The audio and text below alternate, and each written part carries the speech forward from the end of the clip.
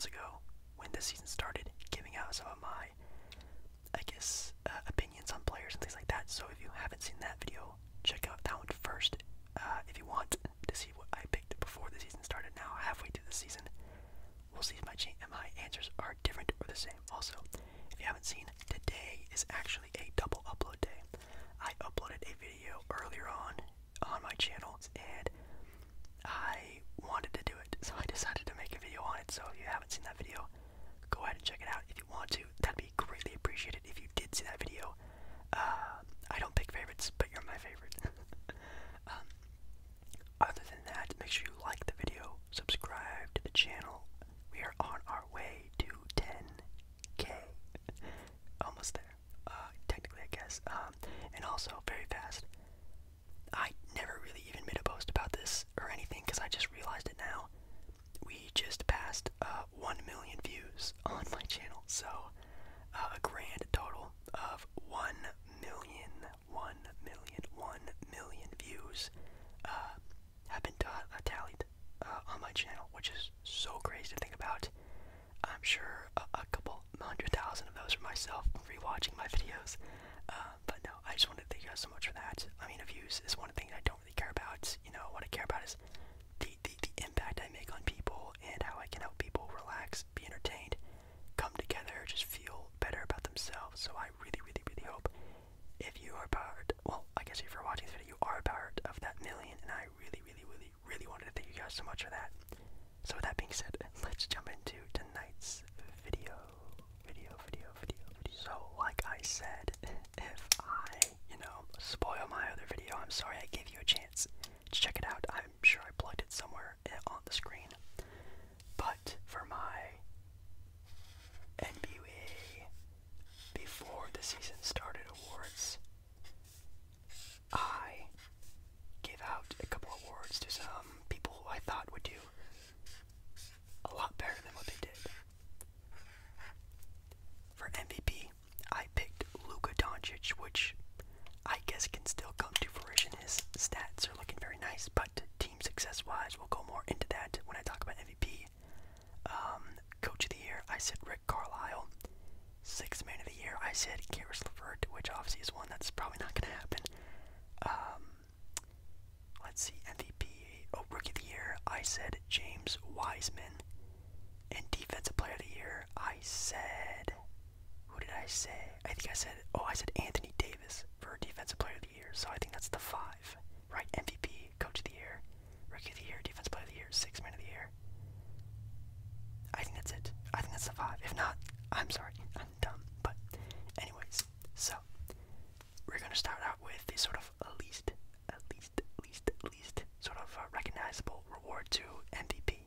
But let's first start out with, let's do Sixth Man of the Year, just because that award is obviously one that cannot be won by the guy I picked at the beginning of the year because he's hurt. So we'll just do that's a G. Why did I do that? My bad. I keep having letters on my mind when it's a number. Sixth Man. Okay. So, for the Sixth Man of the Year award, I picked Karis LeVert. Obviously, Karis LeVert had a very, very, very, very good shot at hitting it this year. Obviously, coming off the bench to Kyrie Irving, and then it would turn into James Harden as well. So,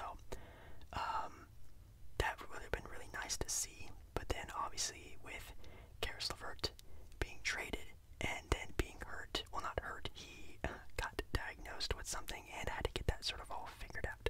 And I don't even think he's playing as of yet on the Indiana Pacers.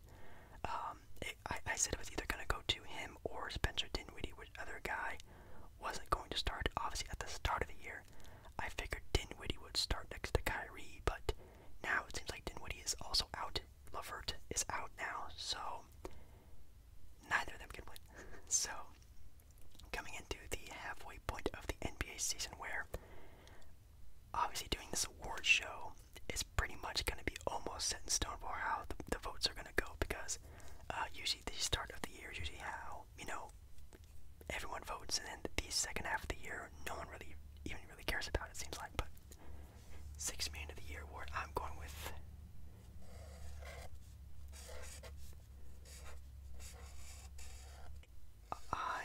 the guy who definitely is on a great team right now, and I think it's yeah,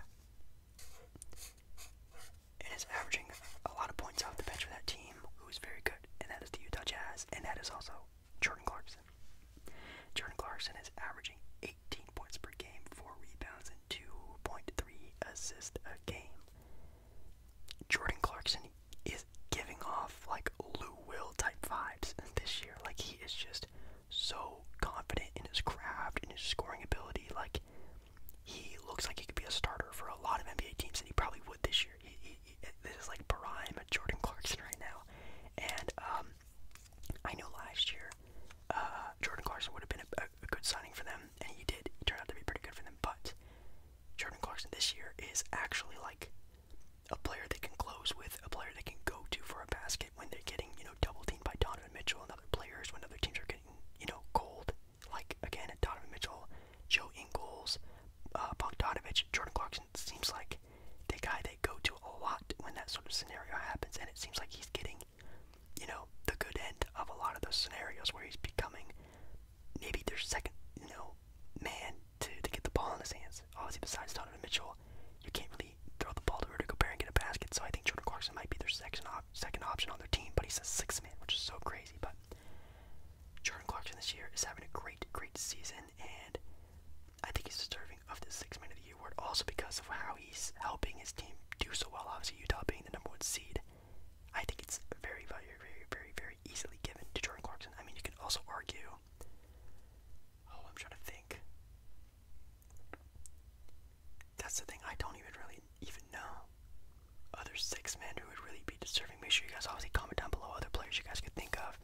If you guys agree, disagree, those are just obviously my opinions. My opinions don't matter at all. But I think Jordan Clarkson is a pretty easy Sixth Man of the Year award winner, at least in my opinion. That's why I sort of did this one first. Now, let's do Coach of the Year. I think that one can also be kind of easy. This one I'll initial it COA, Coach of the Year. Oh, actually COI, sorry, COI. I always do it COI, Coach of the Year. Just so I can have enough room and stuff. So I'll just do a big old C. Coach.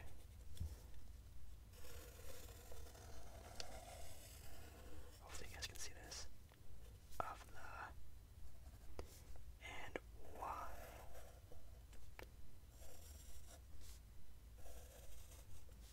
Coach of the Year. This one I am also doing a little bit earlier on in this video because, in my opinion, it is almost a set in stone award. Now, some notable names I could think of when doing this and thinking about this would obviously be, maybe second runner-up. Well, I guess it'd be runner-up, but not second runner-up. But Monty Williams for the Phoenix Suns. I feel like he, has matured that Phoenix Suns team. Plus, 10 years. I feel like the team is a lot more mature than what he started out with, and you can really see it on the court. Those guys are capable of, closing out games, close games, or capable of coming back from big leads and being able to actually become a good, valuable NBA squad, which is awesome. And you can say Monty Williams for sure, but I feel like obviously having Chris Paul on that team, also being somewhat of a coach, really helps that team maybe just as much as Monty Williams does. So with that being said, I think, obviously with Monty Williams and Chris Paul on that team, the team's obviously going to be a lot better if it was just Monty Williams and not Chris Paul. I think they still wouldn't be. I think Monty Williams isn't doing that much. I think the addition with Chris Paul, they'd play, they're doing a great role together, but separately, I don't know where I'd do it. But I will say this coach that I'm going to pick, in my opinion, is having a great season, and I think is very capable of, coming out with this award. And he was also, wow, that's kind of small. I need to make this a little bit bigger. Sorry. A guy who coached the NBA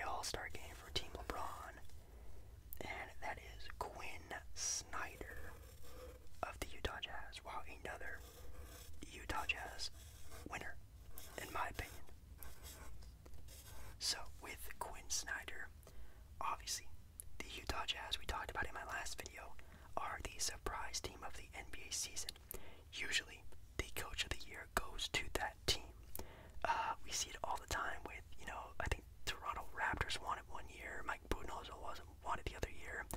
It's usually not just like the best NBA coach on the best NBA team gets the award. It's usually to a surprise team who is doing very well. Now, of course, the Phoenix Suns, we're just talking about, I think Doc Rivers with the Sixers here doing really well.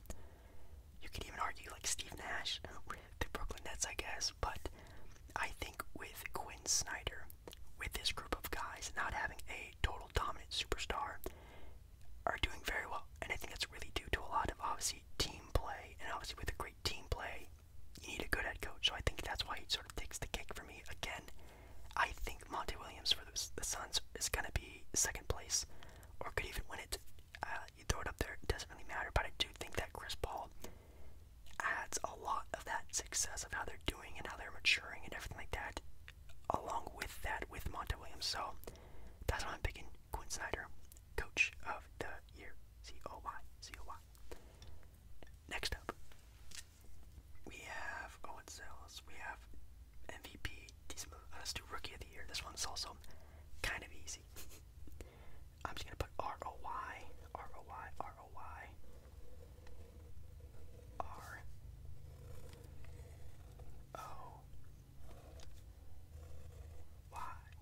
Roy, baby. Rookie of the Year. So, for the Rookie of the Year, at the beginning of the year, I said James Wiseman, which was also because of I assumed, and he is technically NBA ready. He is an NBA ready player. He has a lot of the sort of attributes you would want for a rookie. NBA body, smart kid, does everything the right way, has a good head on his shoulders, per se. And I also thought, and they still can be, the Warriors are going to be a playoff team. They, I think, are the 9th seed right now, maybe half a game, or maybe even tied for the 8th seed right now. So I thought that also play into this sort of role, and team success would go into the vote of, James Wiseman winning the Rookie of the Year award.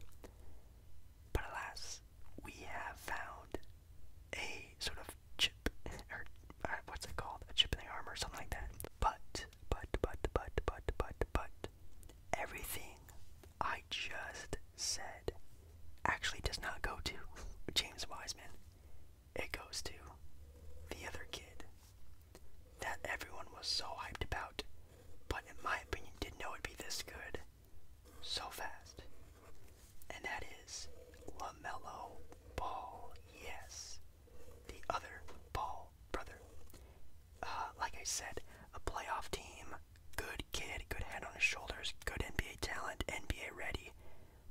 I just described James Wiseman right well. It looked like that was actually Lamellar Ball. Besides maybe the NBA body, because again he needs to get a little bit bigger, just how like Lonzo Ball did. He got a little bit bigger, a little bit stronger. I think LaMelo needs that as well. But wow, he's a guy on a playoff team right now. The Charlotte Hornets are the 7th seed, playing good basketball with him basically being the floor general of that team, which is awesome to see. Do I think that it could die down and somehow, Wiseman can get more playing time, or hello, Anthony Edwards is still, around. Maybe they found a good little spurt of offense when Karl-Anthony Towns gets back and healthy. Same thing with D'Angelo Russell. Maybe they make a run for, a 9th, 10th seed for the Western Conference playoff spot, or play-in game. I think yes, but as of right now, Lamellar Ball, he's almost a shoe-in for Rookie of the Year, without a doubt. I think even Tyrese Halliburton has a really good year and a really good case for Rookie of the Year, but I think just the name Lamellar Ball, Rookie of the Year, makes a lot of sense. So, Rookie of the Year, Lamellar Ball, Coach of the Year, Quinn Snyder, 6th man, Jordan Clarkson. Not too shabby. Now, we are going on to the Defensive Player of the Year award. Man, oh man. This one is actually one of the harder ones to pick from, at least in my opinion.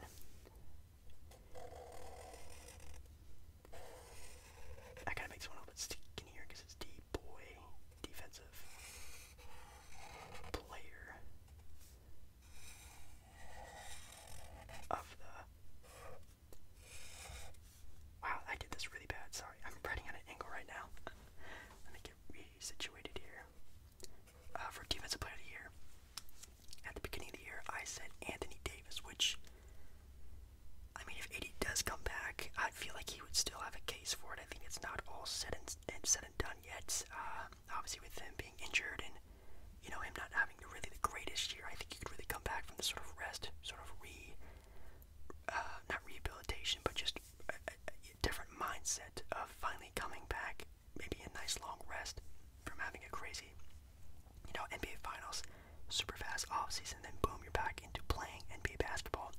Hopefully this little rest will give him a little bit of an edge on the rest of his competitors. Will be really nice to see. But I do not think Anthony Davis is my shoe-in for it yet.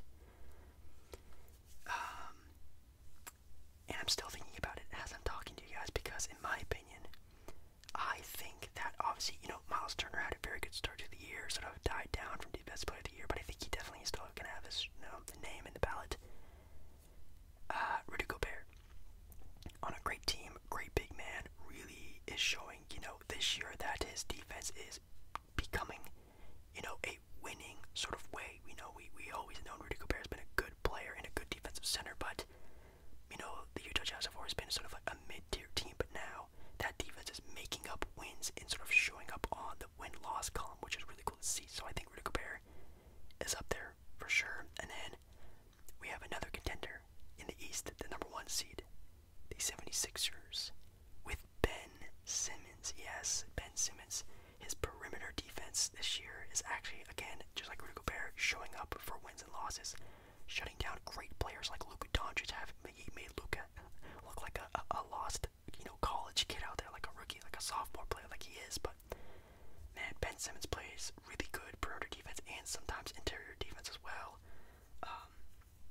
Rudy Gobert is obviously a player who is definitely showing up a lot more, given more respect this year than past years, definitely. But in my opinion, I think I'm gonna have to. Oh man, you know what? I want to do. Let's have a fun pick. You know what? I am going to. I think the realistic one and one I probably should put down is. I probably should write down Rudy Gobert, but I want to have a little bit of fun in this video. Maybe just to make some people a little upset, but I think that Ben Simmons and how he plays, his ball deflections, his perimeter defense on, the best players in the NBA really makes up for the success for the Philadelphia 76ers, and also because we already have 2 winners of Jazz. I don't think the Jazz will get 3 awards that night. I do not think that would happen, but hey, Ben Simmons playing very well. And you know what? I think I may have to almost. No, I won't say that. Well, actually, you know what? I think he is the best. No. Is he the best perimeter defender in the NBA? I mean, Giannis is still super good. Kawhi, Paul George, Ben Simmons. He's definitely one of the best perimeter defenders in the NBA, but the only difference between him and maybe also Giannis, the interior defense, he also can lock players down in the post, can defend 1 through 4, maybe even sometimes 1 through 5s in the NBA, in today's NBA. His ball deflections are really good. He's also having a pretty good, offensive season, and also just helping the number 1 seed in the East, which is also a surprise team, just like the Jazz, at least in my opinion, have some pretty good struggles. So he actually leads the league in deflections and loose ball recoveries per game. I actually really want to see. I want to see how many steals he's averaging this year, because obviously I know it's probably over 2. I'm gonna guess over 2. He's averaging right now 16 points per game, 8 rebounds, and 8 assists, which is super crazy. And he's averaging 1.6 steals and almost a block a game, so pretty good, pretty good. But again, also his perimeter defense on the great players, I think what puts him over for me. Obviously, Gobert having all the blocks, Miles Turner having all the blocks are good, but I feel like a player who can do both is important. So that's why I'm sure why Giannis won it last year, and I think why Ben Simmons in my case might be a little bit over it. So I'm gonna pick Ben Simmons, and also just for fun. Okay, I think that's all of them. 6-man coach, rookie, defensive player of the year, and then we have big boy MVP award.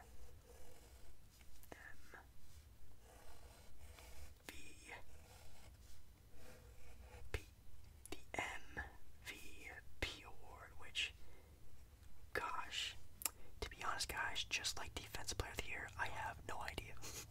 Your guess is as good as mine. I think there are names we should talk about. Obviously, Giannis on the Bucks, playing still very good. Could also be a back-to-back winner for sure. We have Kawhi on the Clippers. In my opinion, it's kind of an under-radar team. Not being talked about a lot, but still somehow, in my opinion, are still the title favorites, with Kawhi leading the charge and still having a very good, solid year. LeBron, obviously on the Lakers without Anthony Davis for a pretty decent amount of the year, still in a very good spot right now. You have Joel, the process, Embiid, obviously dominant player. We talked about him in my last video. Very, very, very, very, very, very, very, very good candidate this year. Then you have players like Jokic, Lillard, Curry, Kevin Durant / James Harden. There are a plethora of players. If they would announce them the MVP, I would say, yep, that makes sense. I couldn't argue with any of those players. Oh, man. I just don't know. I do not know. It's such a tough year. This year has been so crazy with so many different things, twists and turns, injuries, things like that.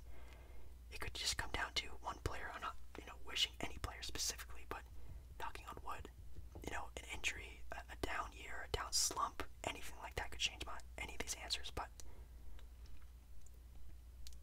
I think as of right now, if play continued the same as it was and the season ended right now, I think I would.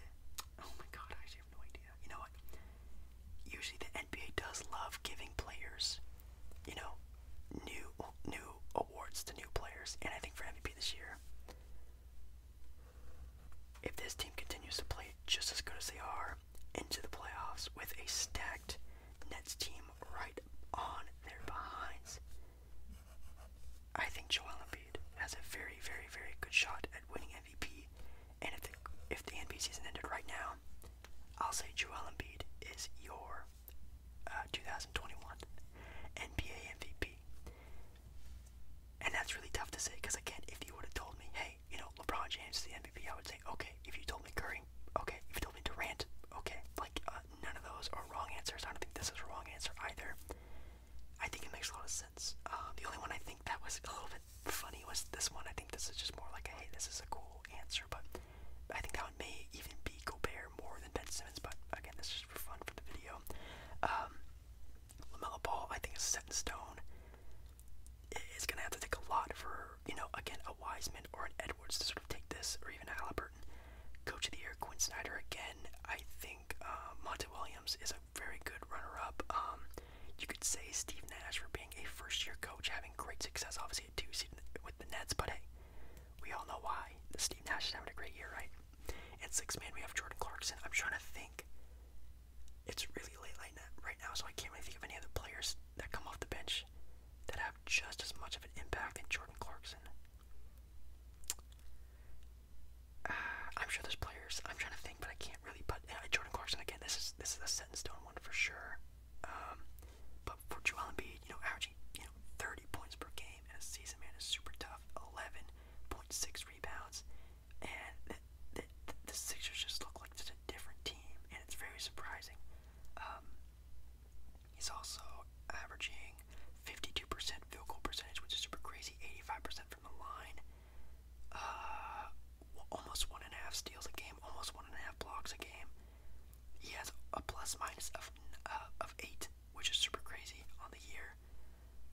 I just like everything I see. I do. I don't know what else you would change about Joel Embiid's game this year.